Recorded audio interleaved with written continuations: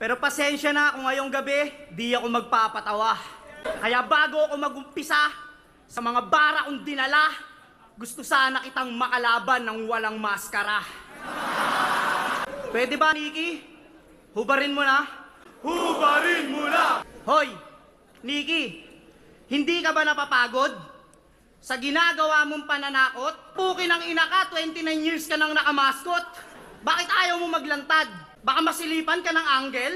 Hindi ka pangit, brother. Ako na mismo nagsasabi, normal yan sa mga camel. Malaki bibig, malalaking ngipin, wala kang problema, utol. Pinagkaiba mo lang sa kanila, wala kang bukol. Tsaka nakatayo ka kasi maglakad eh. Kaya kasi nisita. Subukan mong lumakad pa ganito, tatanggapin ka nila.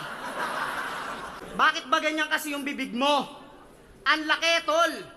Kakakain mo yan ng alligator. Pag yung anak nyon, nausog ni Nikki, bad trip ang inang yan. Yung huling batang nilawayan neto, basang-basa yung tiyan. Pero wag ka, naka-brace na yan. Iba na talaga pag may money. Eh di lalo kang gumwapo sa mata ng mga donkey.